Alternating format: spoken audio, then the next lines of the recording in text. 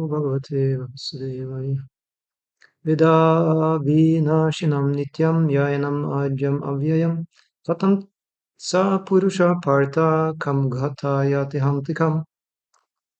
O Partha, how can a person who knows that the soul is indestructible, eternal, unborn, and immutable kill anyone or cause anyone to kill? Purport: everything has its proper utility, and a man who is situated in complete knowledge knows how and where to apply a thing for its proper utility. Similarly, violence also has its utility, and how to apply violence rests with the person in knowledge.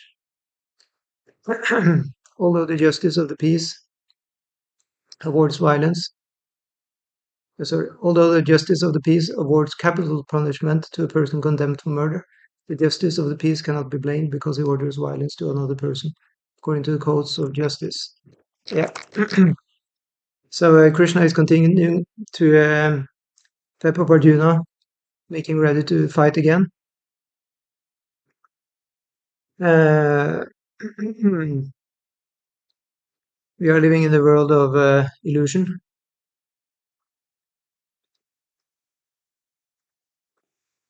As such, there is nothing actually going on here except for illusion. So that's the idea. Krishna is saying nobody is actually killed. But of course, he asked, Arjuna to fight for, getting rid of the enemies. So it's kind of paradoxical.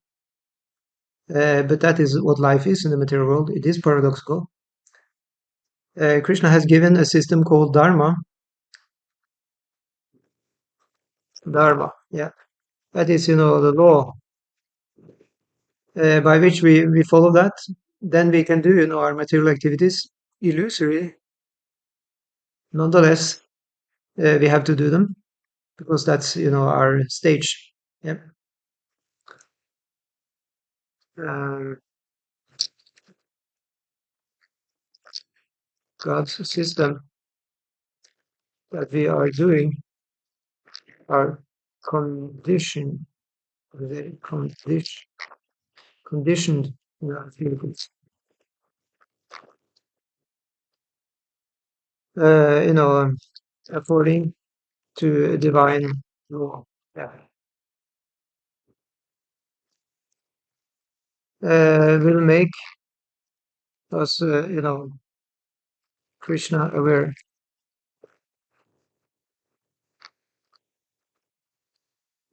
So that in the course of time, we will offer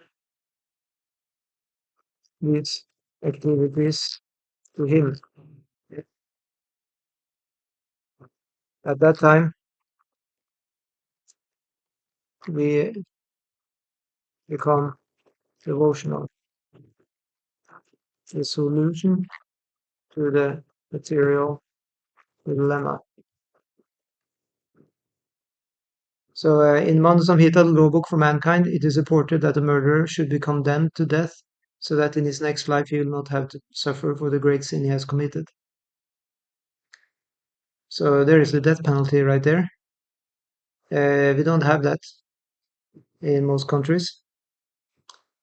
So although it's said in the Manu Samhita, it's not that the Krishna consciousness movement per se is saying that we should have death penalty. However, it seems to be, be rigidly followed back in the day. Prabhupada says, therefore, the king's punishment of hanging a murderer is actually beneficial. Similarly, when Krishna orders fighting, it must be concluded that violence is for supreme justice, and thus Arjuna could follow the instruction, knowing well that such violence committed in the act of fighting for Krishna is not violence at all, because at any rate the man, or rather a soul, cannot be killed. So for the administration of justice, so-called violence is permitted. Yeah. So it's acting, in the role of being, a fighter. But these are just roles. That's the idea Krishna is conveying here. We should play our role for Krishna. It should be done just according to law. but still it is a role. Yeah. And then Prabhupada gives another example. It says a surgical operation is not meant to kill the patient, but to cure him. Therefore, the fighting to be executed by Arjuna at the instruction of Krishna is with full knowledge, so there is no possibility of simple reaction. Just like a surgeon, he may use the knife to cut the person, but it's completely uh, lawful. Yeah. So in the same way, a soldier fighting for the government is not punished by the government. Rather, he is awarded. Similarly, Arjuna is to be awarded for his, fighting for the sake of his government.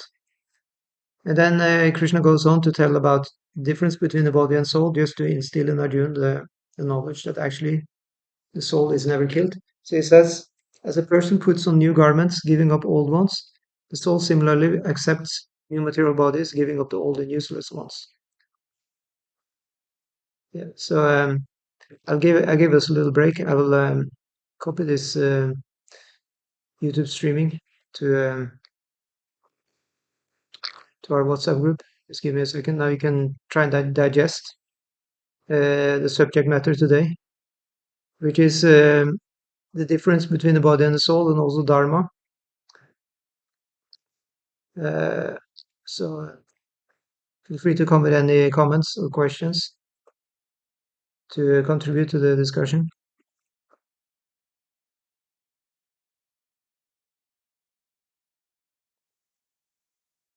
Yeah. So back to the verse. So the verse was saying it's an analogy. So this is also probable you can get in your exam, in the Bhakti Shastra exam. This is one of the central analogies in the whole Bhagavad Gita, one of the most famed verses. As a person puts on new garments, giving up old ones, the soul similarly accepts new material bodies, giving up the old and useless ones. It's a very clear analogy, as we all have experience with old and worn out clothes. For example, I had a trouser, which I got, I think, 4 years ago. Now it has become a hole in the trouser, and it's pretty worn out, actually. So in that way, I'm soon to change it and get a new trouser, a fresh one, right from the shop. So in the same way, when our body has become so old and worn out that it doesn't really work properly anymore, then God is arranging for us that we throw this old body away and we get a new one. And it's going to be completely fine, fine new body. Yeah. So, so what is the problem with that? The problem is the pain. Dying is said to be quite painful, and on the other thing, it's also said that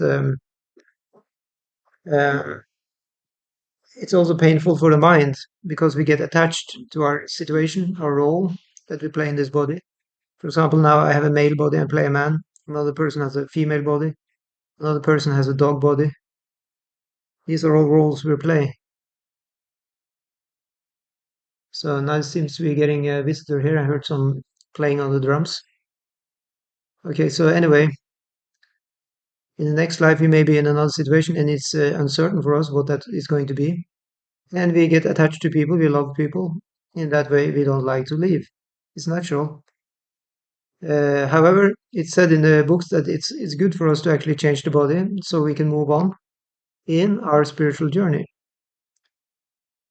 After all, that's more important than our bodily journey, which is temporary. The spiritual journey is an eternal journey, and we can, evolve through that journey in our consciousness. That the soul comes more and more out. So Prabhupada says in the purport, change of body by the atomic individual soul is accepted fact.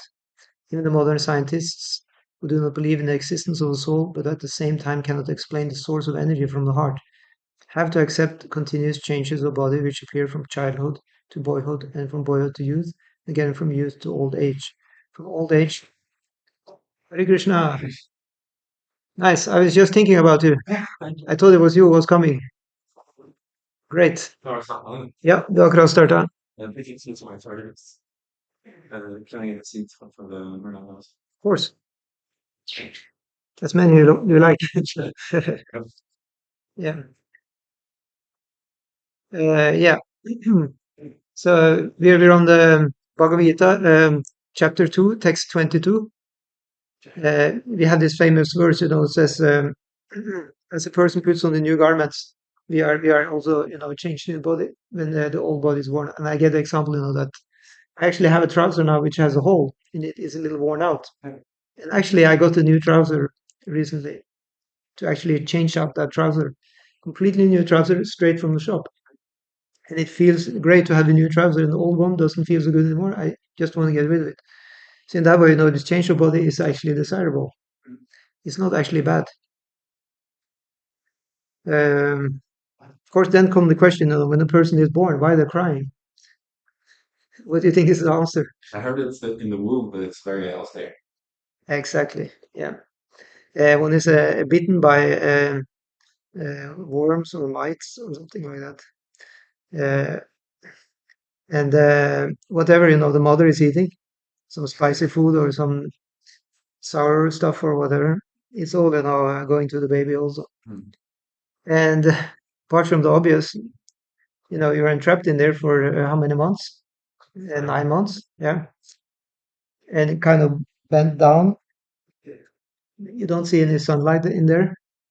It's actually amazing how one can, survive. Prabhupada says it's the only reason that one is actually surviving is because the consciousness is so undeveloped, so it doesn't freak out.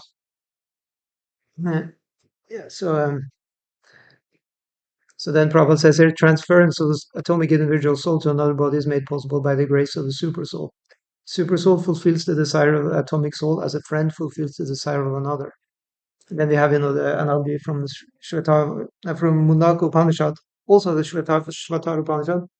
Supurna Saya Sakaya Samana Vriksha Parisasvajyate. Toyorana Pipalam Svadyati, Nashananyor Abhishaka Shiti. Said, just like one bird is sitting in a tree on a branch, and then there is another bird also sitting. And the one bird, which is us, we are eating, the fruits. And there is two kinds of fruits also. That's not said in that verse, but another verse. And one fruit is sour, not tasty, and another fruit is very tasty. So of course you know what that means. It means happiness and unhappiness. Yeah. However, there is the friend bird. It's just mysteriously silent. Uh, and the eating bird, it doesn't care too much about its friend. It's just checking out the fruits of the tree. Also, sometimes, however, it may get tired because it's a mixed experience. So it may turn to the other bird, and then the other bird can help. And actually, why not fly out and go to somewhere else? So then that bird is flying, and the other bird is flying up. So this is what happened at death. At death, the super soul is passing out. That's a light in the tunnel, and we are just following that light. One is leaving the body through tunnels called nadis. There's 101 nadis in the body, and according to our consciousness, we are escaping through a higher or lower nadi. Yeah. But it's a super soul will go out first, and then we're going. As I explained yesterday, we're taking with us a package. We as a soul, we are dwelling inside our subtle body. The subtle body has all our senses and everything. It's actually just prana. And then prana in the subtle body is just driving us, and we're just sitting as a passenger, just like in the car, and following, the super soul, wherever it's going. And it's going where we are supposed to go according to our karma and desire. Yeah. So in that way, he's our best friend. But if we become smart, then we realize him as God and as a spiritual master also. And he will give information outside as the books, as a spiritual master. He will appear as a deity, as the whole name, like that. Then, we have a better prospect to know where we're going to go after this. Yeah. So we go to the next verse. The soul can never be cut to pieces by any weapon, nor burned by fire, nor moistened by water, nor withered by the wind. You think you could take the soul like you have, an apple, you could cut with a knife? Now the soul is divided into 4 persons, for example. Would it be possible? Not according to the Bhagavad Gita, not according to any Vedic scriptures, because the Shastras are in unison. It's called Siddhanta. You can go to any Purana, any Upanishad, any Veda, and you'll find the same version of reality. Actually, uh, so that thing is clear, cannot be divided. So this is also one strike against the Advaita Vedanta philosophy, which we have discussed elsewhere. That Shankaracharya, he came up with the idea that we have now become divided, but actually we are Brahman. We are the homogeneous oneness. Some or other, God knows how, we became divided into unlimited different beings in individual consciousness. But by the process of yoga, especially jnana, we are supposed to understand that we're just Brahman, and then we can kind of come back to the oneness, and all these differences will disappear. But this is just, this is just some kind of, delirium speculation, actually, because it's not actually there in the books. It's just a good theory, but it doesn't actually work in practice. It's like a teaching method. It's a teaching method, yeah. You can say it's a path you can follow, but actually the soul will never be settled. There is given the argument that you can have a soul. Again, back to the tree, it can be a green bird going into the green tree, and you just settle there and look like it merged with the tree. But actually, it's still a bird. It still needs to do something. Uh, so in that way, one has to then start to be active again. One can be inactive for some time, like Buddhists also. I heard one Buddhist practice is just sitting and staring in the wall. Yeah. And that's of course great austerity. I'm not talking against practicing these things, but according to Bhagavad Gita, it's inferior. There are higher practices and lower practices. To act as a devotee, to accept the varieties, to dare to act as a person who is different from others, accept people's differences, and try to have loving relationships. That's definitely higher. It's said in the Bhagavad Gita, another place, that the person who is burned out kind of by relationships wants to just merge with Brahman and just cease to exist as a person because of frustration. Yeah. Oh. Does it make sense? Yeah, and we're so to be given this Bhagavad Gita now. Exactly, So, so Prabhupada says here in the purport that the Mayavadi cannot explain how the individual soul came into existence simply by ignorance and consequently became covered by the illusory energy. I was going through a little bit of this Advaita about philosophy, and they have some kind of explanation, but it's very technical. So it's by the time you have read through the whole explanation, you may have convinced yourself that that's actually reality, because he's very smart. He was an amazing scholar, Sankaracharya. He's actually an incarnation of Lord Shiva, according to the Puranas. And Chaitanya Mahaprabhu also recognized Sankaracharya as an incarnation of Shiva. So he was coming in the age of Kali for the sake of bewildering people who otherwise would be atheists, or otherwise would abuse Vedic knowledge for sense gratification. So he made them into Advaitins, or follower of the impersonal path. So at least they're following the Vedas, and they're pious people. They're vegetarian, they're non-violent, very good people. Sattvic. So not a bad word against Advaita philosophers. We just have a disagreement about the ultimate goal. They want to end up with Brahman. We want to end up with Bhagavan. Yeah. So, but however, it is defeated by our acharyas, including Srila Prabhupada himself. He says that nor was it ever possible to cut the individual souls from the original Supreme Soul. He said rather the individual souls are eternally separated parts of the Supreme Soul. So that Krishna is also explaining in the Bhagavad Gita. He says, Jiva Bhuta Sanatana. He says the jivas are eternally parts of me. Yeah. Mamayvamsa Jiva Bhuta. Mamayvamsa Jiva Loke Sanatana. I think he says that in 15.7 in Bhagavad Gita. Mamayvamsa jiva loka jiva bhuta sanatana. So he says, the jiva or soul is an amsha of me, a part. And he's eternal just like I am eternal. Manahashashtran indriyani prakritistani karshati. But because of the mind, because of all the senses, that jiva is now struggling in the material world. So how to get rid of the struggle? Well, that's by studying Bhagavad Gita, which we are doing now. So Prabhupada says, because they are atomic individual souls eternally, Sanatan, they are prone to be covered by the illusory energy, and thus they become separated from the association of the Supreme Lord, just as the sparks of fire, although one in quality with fire, are prone to be extinguished and out of the fire. So this is a very specific situation because the jiva is said to be Tatashta Shakti. It is in the borderline between matter and spirit. The situation of the jiva here in the material world is that they have gotten two bodies, not just one. We have a gross body, Stula Sharira, and a subtle body, Sukshma Sharira. And both are made by the material energy, the Maya Shakti. By taking to devotional service, we can get Krishna's Chit Shakti or spiritual, Shakti into our life, and that can help us get into sadhana.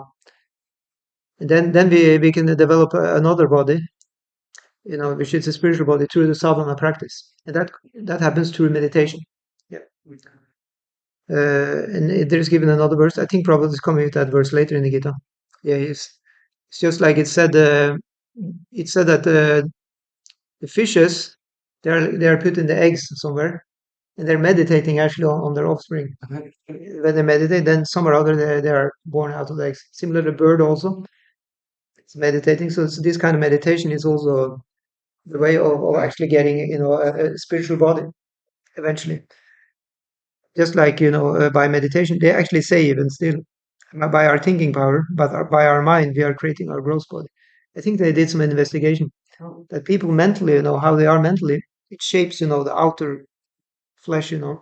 People are very worried. You can see it in their. They can actually develop differently in the body. And similarly, if people are very harmonious and happy inside, the body actually is expressing that. Through many years, we can see a great difference. So in the same way, we can make it reasonable then to understand that if one really gets into spiritual meditation as an eternal servant of Krishna, of course, one can develop a spiritual body. It's going to be unmanifested, just like Krishna is also unmanifested. But what's the problem with that? The only problem is you cannot see the body here. But why you want to see it here? Because we know this place is Dukala and Vashashvata. Whenever you have a body manifested here, there is a certain number of trouble with that. You have to feed it. You have to take care of it. It will gradually wither and die. We've actually had that yesterday. There's 6 changes in the body. It's just decaying. You have to maintain it. Get sick. All these things. Yeah. It's giving off some byproducts. That's the thing. One can have offspring. One can have make some art or make some technological things or whatever, and live. You can leave kind of what do you call that? One can leave a legacy here. You know, but that's just you can say our energy. And for some time, it doesn't last. Usually, people are doing that, especially men. I think men have a bigger need for leaving a legacy, right? They feel that they're living on through their legacy. Some great, scientists, some great, politicians, some great somebody writer. They use a whole life to build a kind of, a manifesto. Yeah, and then they leave that, and then they feel they can die in peace. Yeah. Yeah, you have some examples you heard about? Maybe. I was thinking Martin Luther King. Martin Luther King, exactly. There was also this carbon element of it, trying to do something good and then enjoying it. Exactly. There is often that kind of fruitive tinge. And it's said to be a kind of expanding. If it's not directly for ourselves, then it's for our family or maybe for our nation. But not a bad word about that. It's unselfish, but still, according to the Shastri conclusion, it's still actually a material. The foundation is unfortunately ignorance. Yeah. But I suppose it can be spiritual without being ritualized. Yeah. Then what we call spiritual, I think we explained that previously also, is that the real spiritual thing is absolute. Usually when we talk about spiritual things in the material world, we talk about people who are on the Adidayvika level, who talk about angels, chakras, and development. It's actually Adidayvika. It's much finer than the gross level, but it's actually not spiritual according to this definition of the Atmaka. It means completely unmanifested, beyond logic, beyond reasoning, and really, not seen here even. It's really Guyam. It's very hidden actually. The real spiritual, situation. It's like, for example, you can look at still today the devotees. They don't know who is Srila Prabhupada in the spiritual world, right? Who is he? Still, they are speculating. So this is what I'm talking about. The real spiritual situation is actually hidden, but that's actually where we want to go. Yeah, and that's called the Turiya stage. It's beyond the stage of awakeness. Awakened stage is called Jagrata. Sleeping state with dreams is called Swapna. The sleeping state without dreaming is called Shushupti. That's like you being in a coma. However, the state beyond that is called Turiya, and that's actually a transcendental state. So, needless to say, then that is actually beyond, our material experience. It actually has nothing to do with that. That's why it's actually said that this place is like a dream. However, it is actually real, but it's just temporarily manifested. Yeah. So in that way, we need a thorough, kind of walk through, the situation of the spirit soul, so that we can actually be serious about this path, because now we have the chance as human beings. That's the idea. It's not easily achieved, of course, because it's kind of very unreachable, the soul, because you have all these layers kind of obstructing, the path. That's why we need the grace of the guru to go in this direction. Yeah.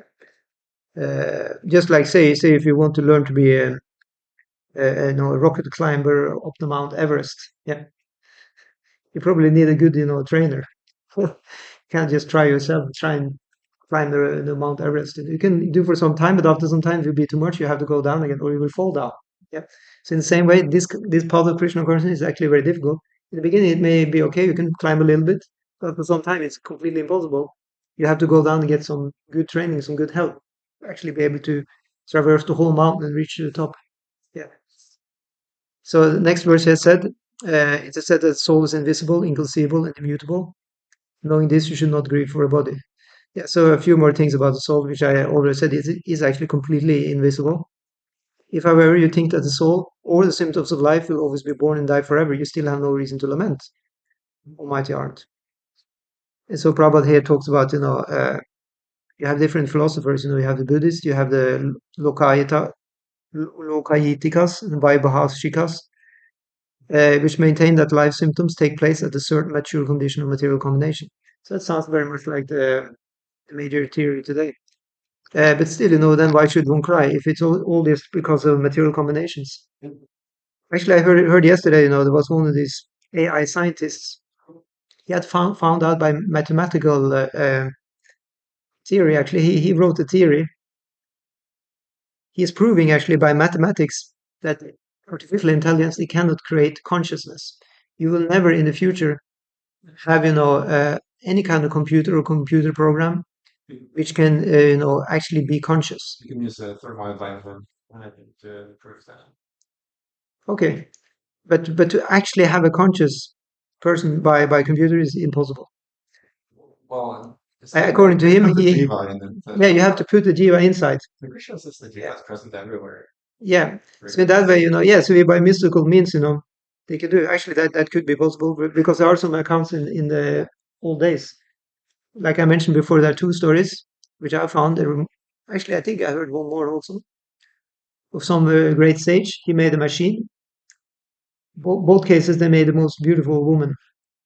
First one was Lord Brahma, and Tilutama was the name of the lady. He took all the best parts from all over the universe, and he put them together to create the most beautiful woman in the universe. And then he put the jiva soul inside after. But wait a minute, he's Lord Brahma. This is what he do every day. He's putting jiva souls into bodies. Yeah.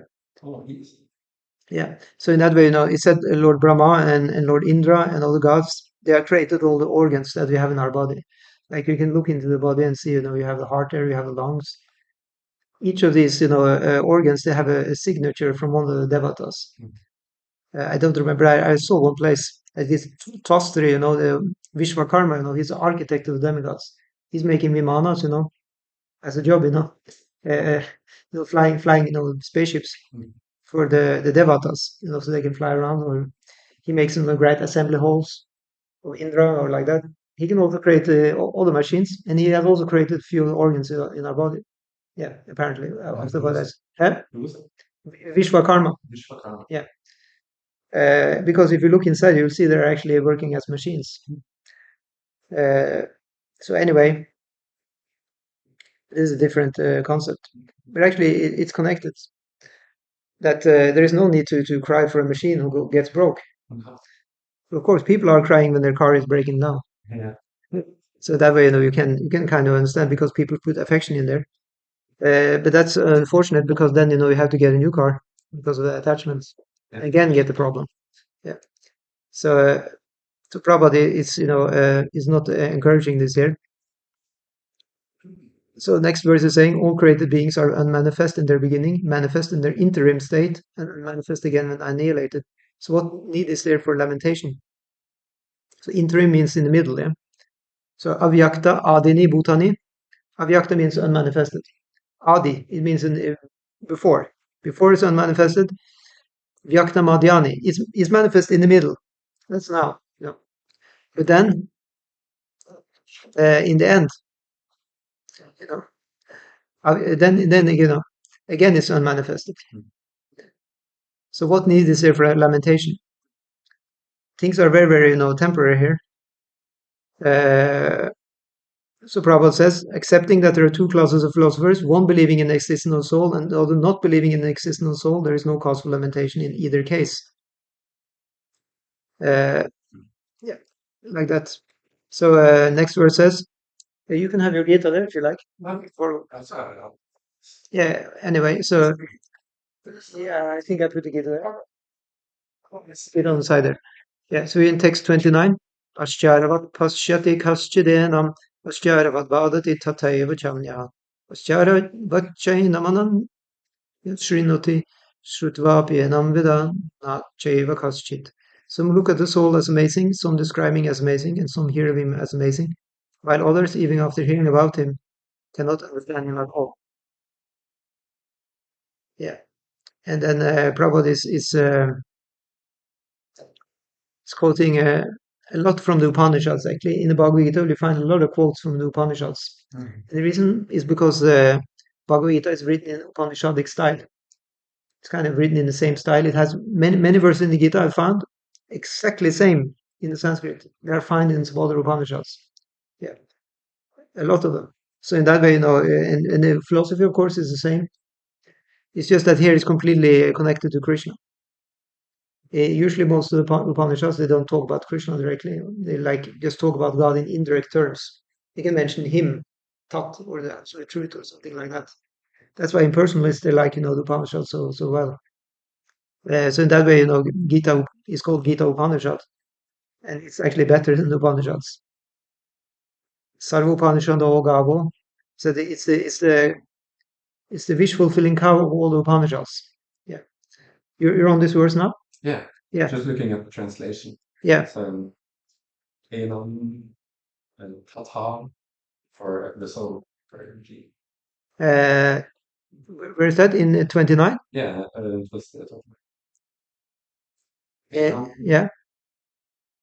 As amazing see someone Enam the soul. Yeah. So that means Ena means this. So the soul has been described before as Atma. Yeah. So we can look in the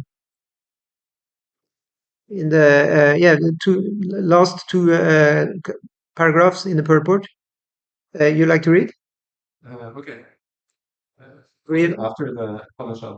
Yeah. So if you Oh, read, yes. yeah, if you read loud, then we can record it also here So on the. some people who are inclined to hear about the soul may be attending lectures in good association, but sometimes owing to ignorance, they're misguided by acceptance of the supersoul and the atomic soul as one without distinction of magnitude.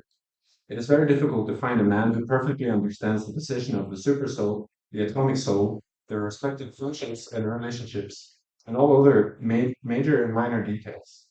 And it is still more difficult to find a man who has actually derived full benefit from knowledge of the soul and who is able to describe the position of the soul in different aspects. But if somehow or other one is able to understand the subject matter of the soul, then one's life is successful. The easiest process for understanding the subject matter of self, however, is to accept the statements of the Bhagavad Gita, spoken by the greatest authority, Lord Krishna, without being deviated by other theories. But it also requires a great deal of penance and sacrifice, either in this life or in the previous ones, before one is able to accept Krishna as the supreme personality of Godhead. Krishna can, however, be known as such by the causeless mercy of the pure devotee and by no other way. Thank you so much. Yeah. Uh, any comments or questions? It's saying that it's very, very rare to find someone who actually understands the position of the soul and super soul and the relationship. And of course, even in this environment where it's like highly enlightened people, they don't know the specifics about the soul. They can only say it's eternal servant of Krishna. Exactly. It's very, very secret. It's called Guya. Actually, it's so secret. It's said that even though we read in the scriptures and we learn quite deeply about it, still we need to actually have our personal guru to get it from him. And again, it can only be gotten by really surrendering to that guru and serving him, pleasing him. Then the guru may be so pleased that he will give, whatever, realization he will have. He will transfer that. Um, so it's said that actually the pure bhakti, it is manifesting in the heart as knowledge, actually, called divyagya. So this thing, that somebody said, I don't need knowledge, no, we do actually need knowledge, but it's true that we don't need academic knowledge. Yeah. As I just said, we can read these books to our ears and eyes fall out, or hear this literature, but actually we have to continue studying because the guru wants us to study, but actually the real knowledge will be given through the guru in the heart, actually. But then also what is said in the books will make sense. Mm. Yeah.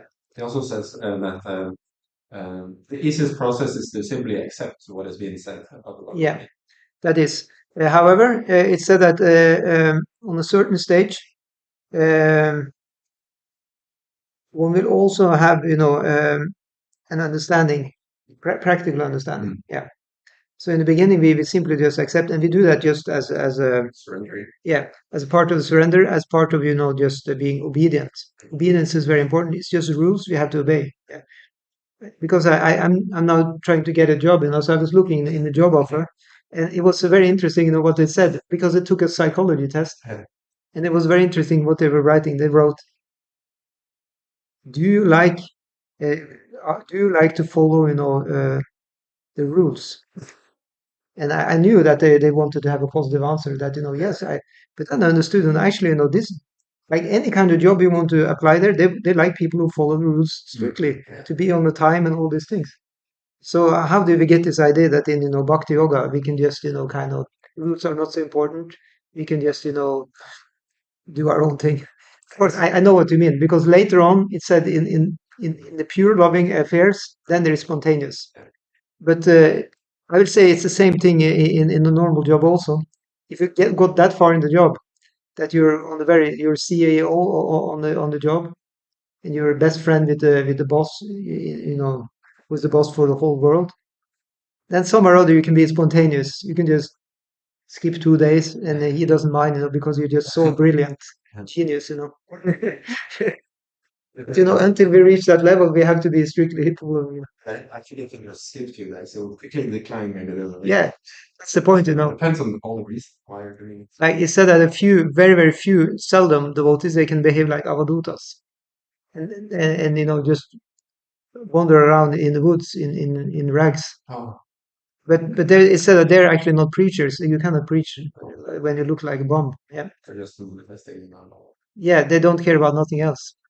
So they're free in that way. But actually, our process is preaching or sharing, because bhakti means sharing. Also, it comes from the bhak, root, which means you have bhakta. It means also a person who shares of himself. So it's in that way, Lord is also Bhagavan, so he's also sharing his opulences with us. Yeah. He said, Nitya Nityanam Chetanas Chetananam Ekobhavunam Vidadhati Kaman. He always tried to fulfill our desires. That's one of the features of Bhagavan. And because we are not like that, it's like we may want to share with others, but we're not that fully engaged like Bhagavan is. He came as a super soul. He divided himself as a super soul in everybody's heart. This division sharing part is very important. But we can at most we may divide ourselves. We have maybe 10 friends. We try to maintain even 10 relationships are difficult to maintain. The highest we can do usually is just we may have two friends we maintain or something like that to really maintain on a high level. So he's doing a very good job.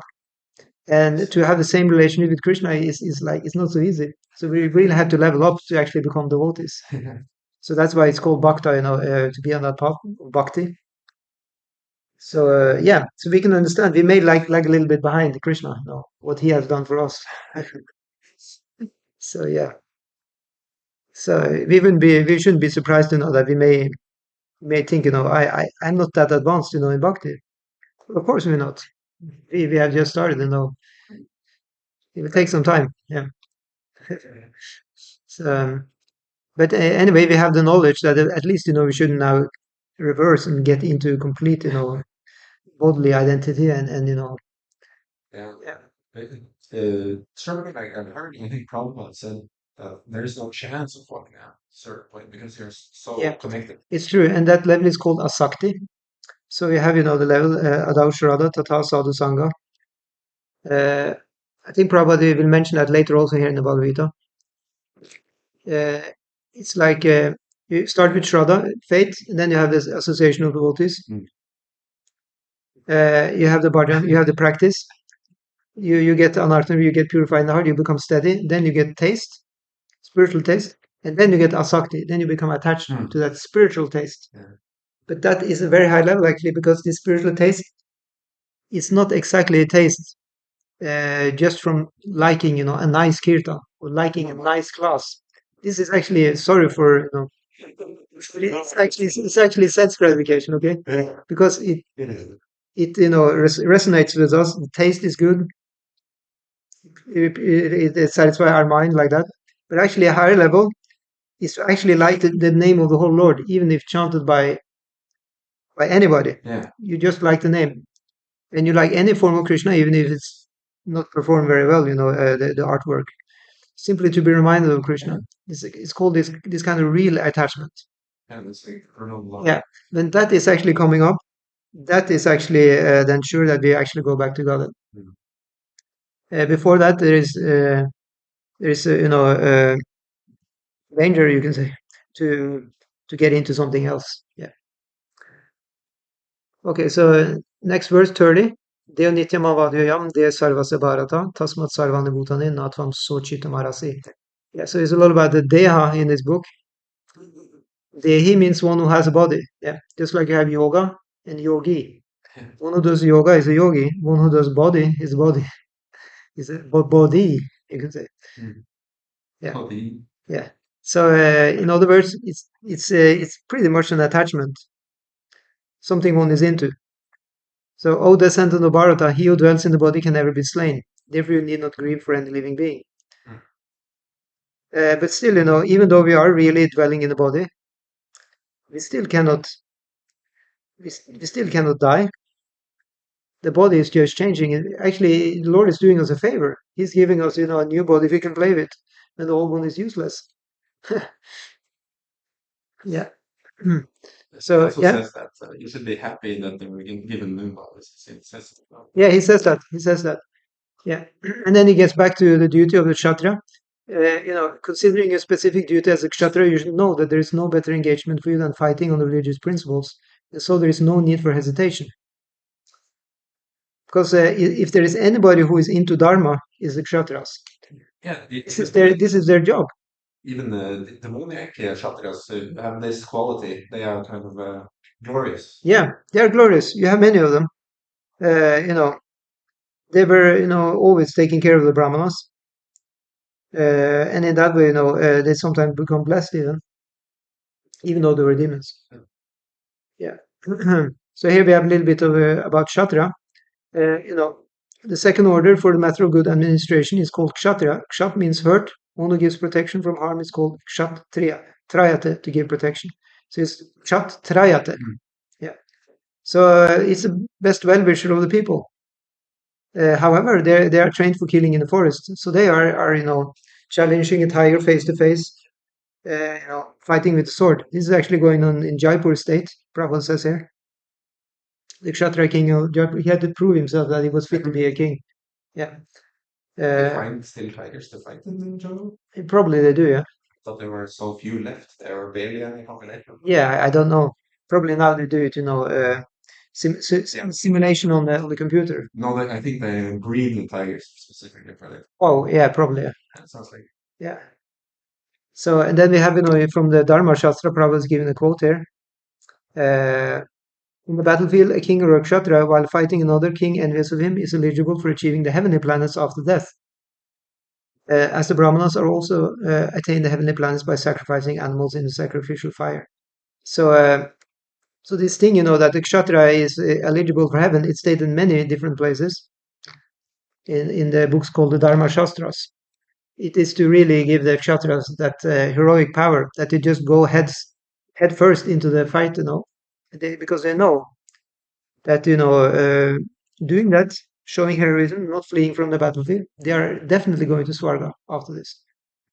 And after being in Swarga, they come again back to Earth planet, again being born in the royal family. So it's all well and good, Of course, we know it's not the highest level. However, they can help, the Brahmanas to spread also, the Krishna consciousness by taking care of the temples, by protecting the Brahmanas themselves, like that. So, especially in India, we always see a cooperation between, the leaders, the Kshatriyas, and the Brahmanas. Although, the Kshatriya line has died out in the age of Kali. So that way, there are no real heroic protectors, just like Arjuna. We cannot find these kind of people anymore. But still, they're living in our memory. So that's also good. So Prabhupada says, in the very end of the purport here, human civilization begins from the stage of Varnashram Dharma. So Varnashram Dharma is man's stepping stone for spiritual understanding. It starts with Shudra, then it goes to Vaishya, then Kshatriya, and then Brahmana. So in the Varnashram Dharma system, you have this 4 level, and so you can say the workers, that's all of us, really, in the economy, everybody are workers. But then there may be a few, intellectuals or people who are really deep in the bhaja of Krishna. So then one can at least support them. And in that way, our work will be karma yoga. Yeah, it will be connected to the Lord. It will be in yoga. That's the idea. So in that way, it'll be a stepping stone for the spiritual understanding. And of course, then we get blessings also from these saintly people. And then also we are getting in the heart, the Divya Gyan is manifesting. It's only coming, as I said, in our morning prayer, samsara davanala dida loka. In the end verse, it says, yasya prasadat bhagavat prasada, yasya prasadan nagati gotopi. So the whole Guru Vashtaka, 8 verses, is about the Guru. And the last verse says, by pleasing the Guru, prasadat. Prasada means to be happy, and it also means to get mercy. So in this way, this word has been used in both meanings, actually, in this song. So it said, by pleasing the Guru, you get the mercy of Krishna. And if you don't please him, nagati kutopi, you're not making any progress. You can stand on your head, you can read all the shastras until your eyes fall out. You will not, make progress if you're not pleasing the Guru. Yeah. So So discharging one's specific duty in any field of action in accordance with the orders of higher authorities serve to elevate one to higher status of life. So who are the higher authorities? That are, the Brahmanas or the gurus, and they have written down also their tenets in the scriptures. They know they also directed by their Yeah, actually, in a higher sense, the gurus are always there, even though you don't have physical guru. Although we are, advised to have physical guru. I talked about that in a few lectures ago. That actually, our whole parampara is actually divided into three levels. The first level is the very top, you can say godly level, and that's like we come from Brahma, or we're coming from the Lakshmi Devi, You have different supply confirmed. And then your next level is Rishi level. Oh, So then, after Brahma, you have Narad Muni and you have Vyasadeva. These are rishis. oh. So they're also not human, they are higher than that. And then the next level is the human level, Manusha. So from the Manusha level, we're starting, our Sampradaya with Madhvacharya. And then it's like, all you can say, gurus have been here on the earth planets, great hair, yeah, who are not flying in the sky like Narad Muni, or who not have four heads sitting in Brahmaloka, like that. So it's going through. So actually, the gurus are always there, in the higher level, on the Daivika level. But we are asked actually to have a guru on the Manusha level for the sake of humility and for the sake of being trained here properly. In the days before, the parampara, Manusha parampara, was not that much needed because back in the earlier yugas there is more interchange,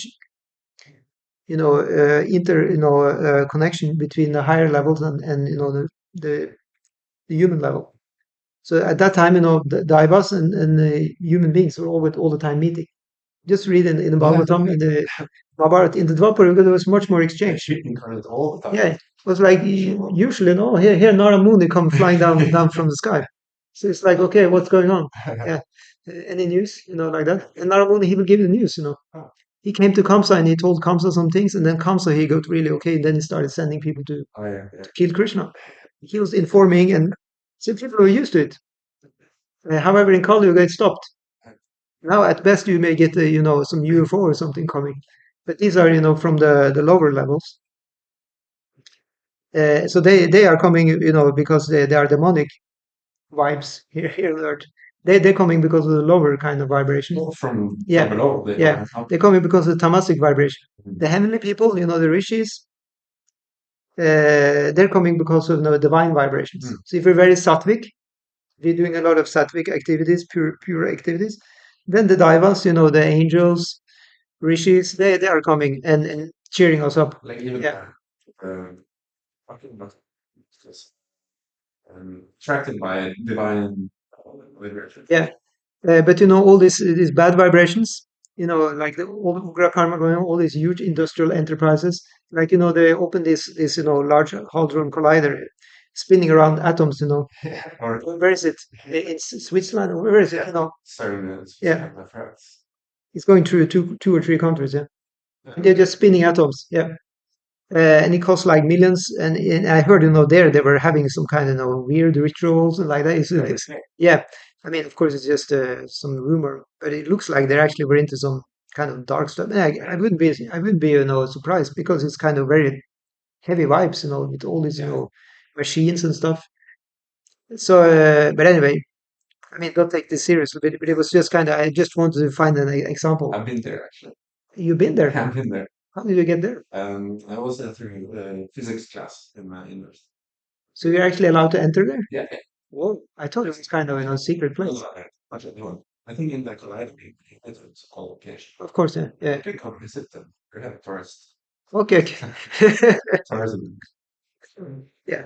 So in any case, okay. So okay, they are good. Okay. So not about them. Yeah. There's a lot of tourists. Yeah. Probably. But okay. So sorry, nothing about them. But if you say take some people who do black magic or something, yes, they are trying actually to invoke these kind of dark people. So in the same way, people who are doing white tantra, which we are doing, all deity worship and all these things, then we try to invoke Krishna and the servants of Krishna like Narada Muni and all these people. Yeah. Tulasi Puja. Tulasi Puja. And otherwise, we just worship Guru Krishna, isn't it? Yeah. we have, the deity worship is to, is to invoke the presence of the deities. Like you have Gorin Itai. Yeah. When you ask them to come, you do something called prana pratishta. From it has to be advanced devotee or pure devotee. He has to call them to come, transfer them from his heart into the deities. But every day when he's doing the puja, he's trying to get them to be there by his love. Yeah. So it is actually going on every day. I mean, if we have missed that, it may mean that we are too much on the Bautika level. We think, I'm just, offering ding, ding, ding, ding, ding, ding, ding. No, we should actually think now Krishna is coming. We should try and invoke Krishna to come. You understand? He should actually come. Otherwise, he's actually not eating, right? Tatra, he says, Ashnami, Priyata Atmana. I eat when there is a very nice, loving relationship. Otherwise, it's just ding, ding, ding. It's just a ritual, It's just dry. Yeah. There's some Shraddha there. There's some Shraddha. Of course, it's better than nothing. They have this thing, spiritual. Spirit ritual. So not just ritual, but spirit ritual. Yes. Add the spirit. Yeah. A professor from the school we were at, she also said ritual is the very important in religion. Yeah. An acronym. Exactly. Yeah. Exactly. So you can say tantra or ritual is just a format, and then we are deciding, what we're going to put into that. It says actually tantra, it comes from the word loom, like you're making clothes with a loom. So then you put all kinds of clothes in there, cotton and everything, and then you loom it.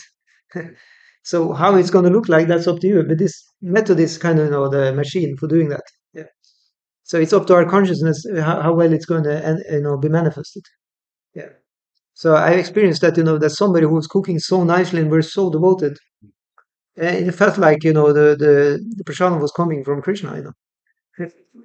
So that means probably that these devotees, they invoke Krishna to actually come and eat it. Yeah. So in that way, actually, devotees are doing that. They're invoking, the higher gods to come. Like Prabhupada, one time he had, a lecture. They rented a big hall. You probably heard the story. And then nobody came, it was just a couple of devotees there. So the whole hall was like pretty much empty. And they said, "We're sorry, Prabhupada, that nobody came." But Prabhupada still gave the lecture. But then in the end of the lecture, and they said, "We're sorry, not many people showed up." Prabhupada said, "Nothing to be sorry, Didn't you see? Lord Brahma was there, and Narad Muni was also there." Wow. So, Secret meeting. yeah. Uh, um, the the devatas are always there, actually. They don't leave us, but we may leave them if we go down in the consciousness. Yeah. So that's why doing the duty is supposed to protect our consciousness. Um, Actually, the bad consciousness is coming when the Rajagun is used in the wrong way. Mhm. The Rajagun is used for false ego, just for our personal benefit and like that. Then it becomes kind of tainted, and we come down in the Tamagun. When it's used for the higher level, for Krishna, like that, for the goodness, then our passion is upgrading our life. Yeah. So in that way, that's why Krishna is now telling Arjuna, if, however, you do not perform your religious duty of fighting, then you will certainly incur sins for neglecting your duties and thus lose your reputation as a fighter. So the thing is that, Arjuna didn't want to fight. He wanted to kind of stop fighting and become like a wise man, just meditate. But Krishna is here saying that actually that would be, degrading you. It would be like Tamagun. Sometimes, as devotees, also got some ideas. Sometimes neophytes, we thought that, we should just quit, kind of interaction with the material world. Yeah, but that's actually wrong. We have some material duties to do. We should just do them for Krishna. Quitting everything, then it may just give ignorance as a result. Yeah. So Prabhupada says very clearly here that Arjuna was a famous fighter, and he attained fame by fighting many great demigods, including even Lord Shiva. Yeah, he came as a hunter. After fighting and defeating Lord Shiva in the dress of a hunter, Arjuna pleased the Lord and received as a reward a weapon called Pashupata, Astra. Yeah, so this is a nice story, He came out, in the woods, up in the hills, Mhm. and he was supposed to get hunt some animal or something. Yes. And then there was another hunter there, who also wanted to have the same animal. And so there was a kind of a clash, and he was fighting him. But actually, before Arjuna had been told that he should meet Lord Shiva, I think. But still, he didn't understand yet to know that this was actually Shiva. Because I know he was told by Rishi that at one point you will meet him.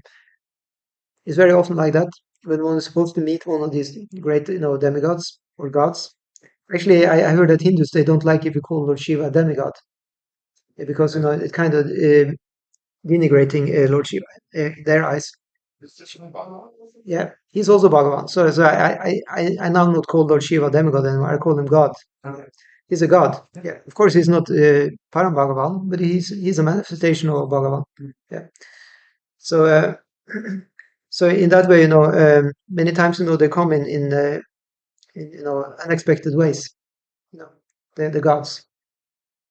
So in that way, he couldn't understand that this was actually Lord Shiva. He just looked like a normal hunter. Kind of black skinned. He was black. Yeah, bluish black. Yeah, that's how his Lord Shiva's skin color is, just like Krishna's, bluish. Yeah. So then he was very happy that Arjuna defeated him. So he gave him the Pashupata. Pashupata is like he has always this rope. Pashupata is another name of Shiva's. It's not a spear. It's Pashu means like a lasso. To take animals. In the yeah. Harpoon.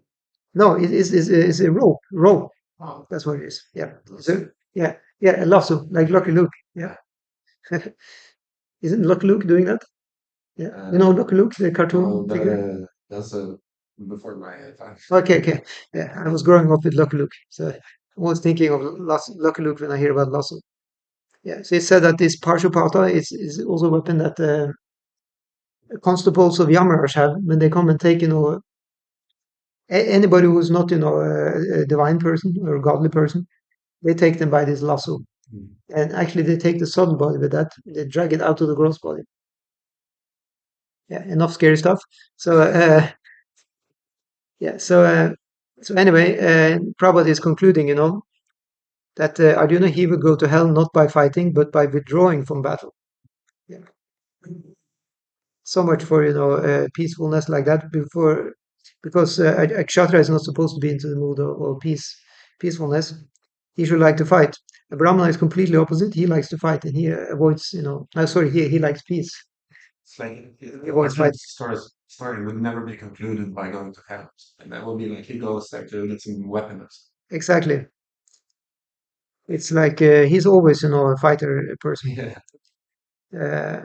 And the brahmana, wherever he goes, he just wants to make peace. Actually. So his weapon, it said everybody has kind of a method. So the Brahmana's method for getting things as he wants is sama. It's just negotiation by speaking, by words. Kshatriya can also do the same, but he can also do, give gifts or bribery. And then, Beda, which is divide and conquer, political, maneuvers or trickery. And then, Danda is the last resort, which is physical violence. And it's said in the scriptures, by all means should avoid this. Should try all the others first. Yeah. Because this Danda is so, terrible. But now, there was nothing else to do because they tried all the other things. Between the Pandavas and the Kauravas. There was only one thing left, and that was to do actually physical violence at this point. Yeah. So now Krishna says in text 35, the great generals who have highly esteemed your name and fame will think that you have left the battlefield out of fear only, and thus they will consider you insignificant. So he's actually, confronting Arjuna's ego here. He said that Kshatriya, actually, they have a bit of an ego. But that's actually good because their ego is that they are great protectors and fighters. So in that way, they try and keep that situation. But usually, because of that, they also will have enemies. They will have allies and enemies. It's just how life is for a kshatriya. It's not a dance on roses. It's a heroic life. Yeah. So text 36. Your enemies will describe you in many unkind words and scorn your ability. What could be more painful for you? So on the other side, it said that a brahmana, He's just, tolerating everything because he knows that whenever somebody is speaking bad about him or like that, he thinks now I'm getting my bad karma back. I get more purified by tolerating this. But a kshatriya doesn't think like that. He feels actually offended and he wants to, show himself that he's good for something. Because it's just natural for me to think what the occupation and again, I guess we need to use everything in this Yeah. service. You see, the thing is, when you find out our nature, you shouldn't be ashamed of our nature. We should just use it for Krishna. If one has kind of a kshatriya nature like that, there's no problem. Just be a hero, but find yourself a brahmana, because it said a kshatriya really needs a brahmana to kind of be balanced. Yeah. Because usually then a kshatriya he has a tendency to go on crusade, It can be a little bit too much sometimes. But by talking with a brahmana, sometimes he can cool down and kind of find, maybe he can have a few more different, options. That's why I said, the kshatriyas, the kings, they always had ministers. That's called brahmanas. Uh, and they took nicely care of them. So because they knew they were valuable, because the ministers, they knew the scriptures, they could also, understand nimitta. They could see, symptoms. I mean, what do you call this? I mean, back in the days, it was more popular. You can say the kind of astrology and all these things. Yes. They could see signs. Yes. Nowadays, it doesn't really work that well because of the problems with the age of Kali. These signs can be misinterpreted, and yeah, it's all over the place. Yeah. So in this age, we just advise to chant Hare Krishna and hope for the best. So yeah.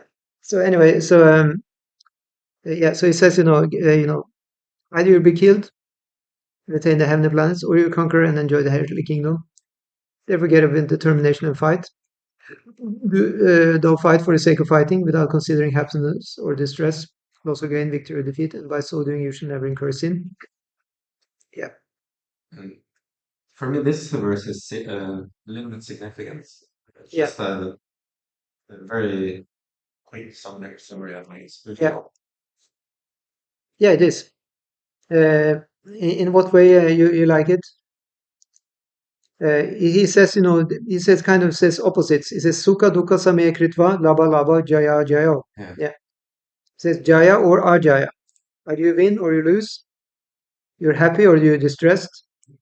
Labha, you're gaining something or lose something. Yeah. Samaya kritva, just be sama. Just be equiposed. Yeah. You definitely need strong intelligence to be there. Yeah. Swords. Yeah. So this is an interesting combination between a person who is very passionate fighter, because kshatriyas has to be, but at the same time they're also full of knowledge. Yes, don't let that Yeah. become heated. Yeah. So in that way they are called Rajya rishis.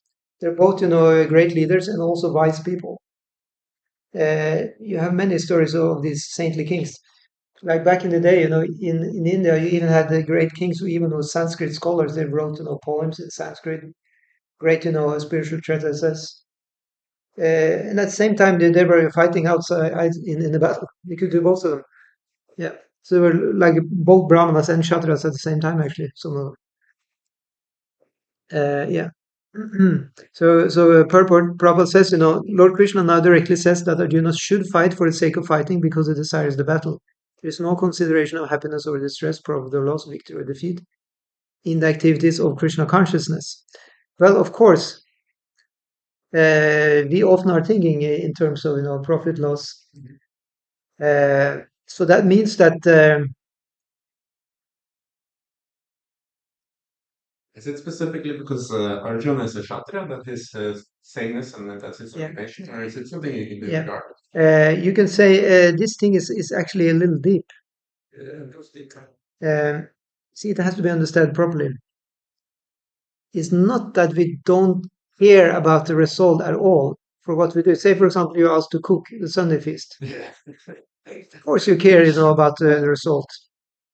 However, you don't care about the result just for yourself. No, sir. That's the idea here.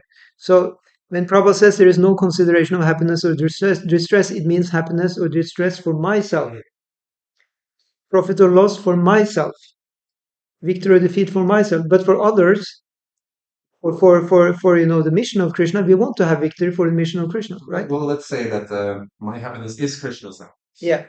Uh, then it's still alive. Yeah. If you're that much absorbed, Yeah.